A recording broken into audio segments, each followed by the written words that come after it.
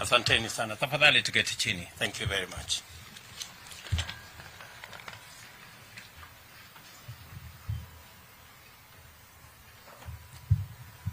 Let me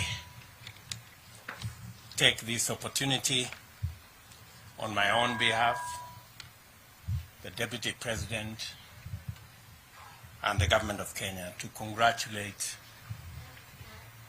all our Cabinet Secretaries who've been appointed and sworn in this morning. To all of you, I have had the occasion to congratulate you personally, but let me also take this opportunity to congratulate each and every one of you for the honor to serve in the Cabinet of the Republic of Kenya. Congratulations, and as I have said, I look forward to working with each and every one of you in the transformation of our country as we work together to implement and to execute the plan upon which we were elected by the people of Kenya. Again, to all of you and your families, congratulations. Pongezi. Pongezi sana. I want to say a couple of things, just by way of welcoming you to my team and my good deputy here, and to assure you that in the discharge of your duties in the various ministries that you will be serving, you will have my wholesome support. You will have my support because you have no option other than to succeed. Failure is not an option, good people. We have a country to look after. We have a plan to implement. And we have the people of Kenya watching us. So you will have my unqualified support so that you can succeed, because in your success is the success of our administration and the success of our country. So from day one, I want to promise you my support. And the second item I want to say is I have listened to you very carefully as you took your oaths of office. And there are three fundamental things that you have sworn to. Number one, you have sworn to the Constitution. You know very well that this is a country based on the rule of law. I expect each and every one of you, as I do of all public servants, to uphold the Constitution and the rule of law to be front and center in the administration of our government. That should be the guiding principle. The Constitution, all our laws, and making sure that our country is not run on the whims of individuals, but on the dictates of the Constitution. You have also sworn to serve the people.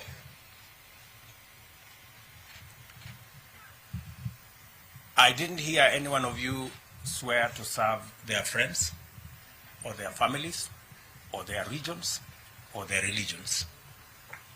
Each one of us here have sworn to serve the people of Kenya. That is the minimum expected of all of us.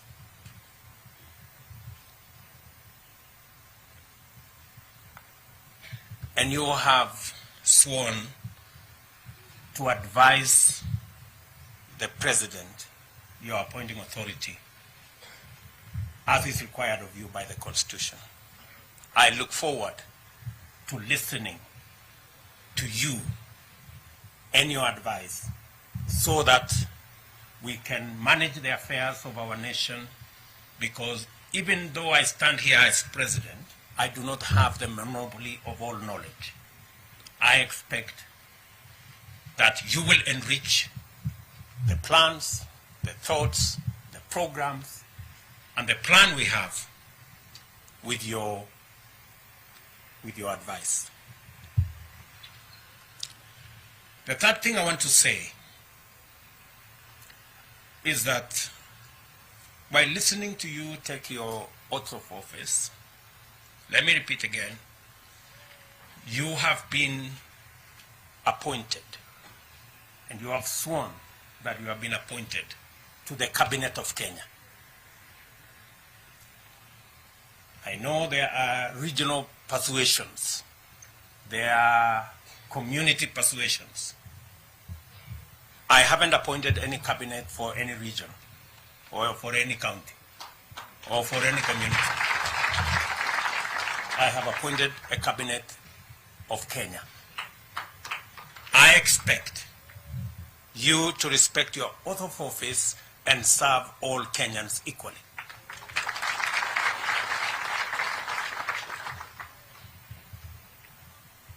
I made the appointment. You've done the swearing.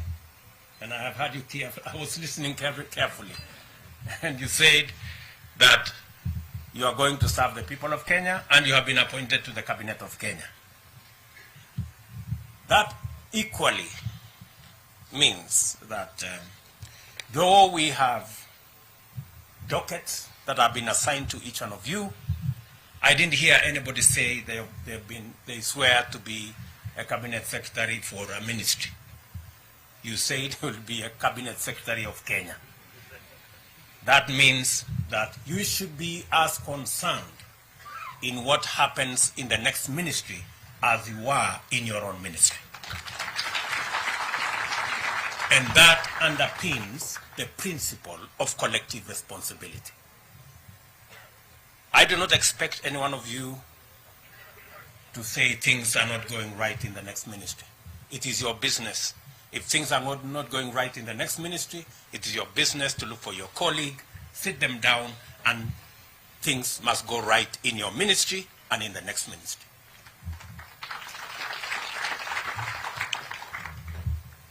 Because the principle of collective responsibility is a principle that is understood and is a principle that has been practiced. And therefore, that will be my minimum expectation, that we will serve the people of Kenya equally, and we will make sure that everything goes right in the docket that you have and in the government of Kenya, because that is your forte. I wish also to say that you have sworn to serve the people of Kenya. The people of Kenya have elected their representatives. We have members of parliament, we have members of the Senate, who are the people's representatives. I expect that we are going to work together in a respectful manner with our elected leaders. As the people's representatives, because all Kenyans cannot come to your office. They cannot come to prosecute their agenda. They have elected representatives. And we must take them as the people's representatives and work with them in a respectful manner so that we can achieve the goals we have set up for ourselves. Additionally, we have agreed with the legislature as members of the executive to access the floor of the House so that we can explain our agenda. We can explain our programs. They can interrogate what we are doing so that the people of Kenya can understand and make an input in every commitment we have made, every plan we have, and every program that we're going to run. So there will be an opportunity for you as members of the executive to interact much more robustly with Parliament so that we can not only have a platform for us to explain our programs and to seek the support of the legislature in our programs, but for the legislature also to oversight what we are doing, because they are doing it on behalf of the people of Kenya who elected them.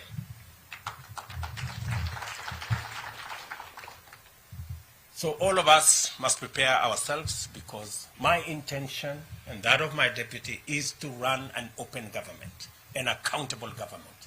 We have no gray areas, we have nothing to hide. We want to serve the people of Kenya in the context and manner that promotes accountability, promotes transparency, and makes sure that the people of Kenya understand what we are doing.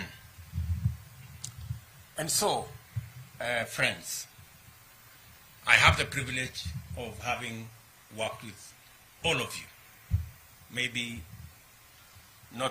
at not the same distance, but with all of you. So while I crafted this cabinet, I had to take into consideration many things, but I look forward to us serving the people of Kenya. Even as we make other appointments, we are going to make sure that we carry the whole country along, and we make sure that every person given a responsibility has the requisite understanding and knowledge so that we can be able to deliver to the people of Kenya. I have said this in front of your families, in front of your constituents, so that they also become my witnesses, and that they don't come to harass you in your offices to do things for them, so that they understand that you are serving the people of Kenya. And I am sure that I have their concurrence and understanding.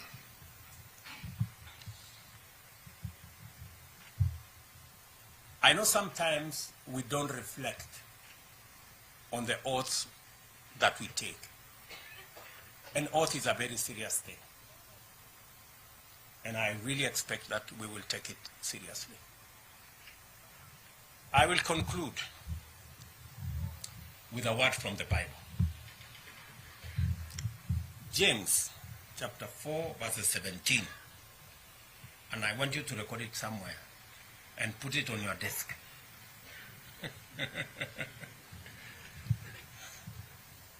Because that part of the Bible says, he who knows what is right and doesn't do it, it is counted to him or her as sin.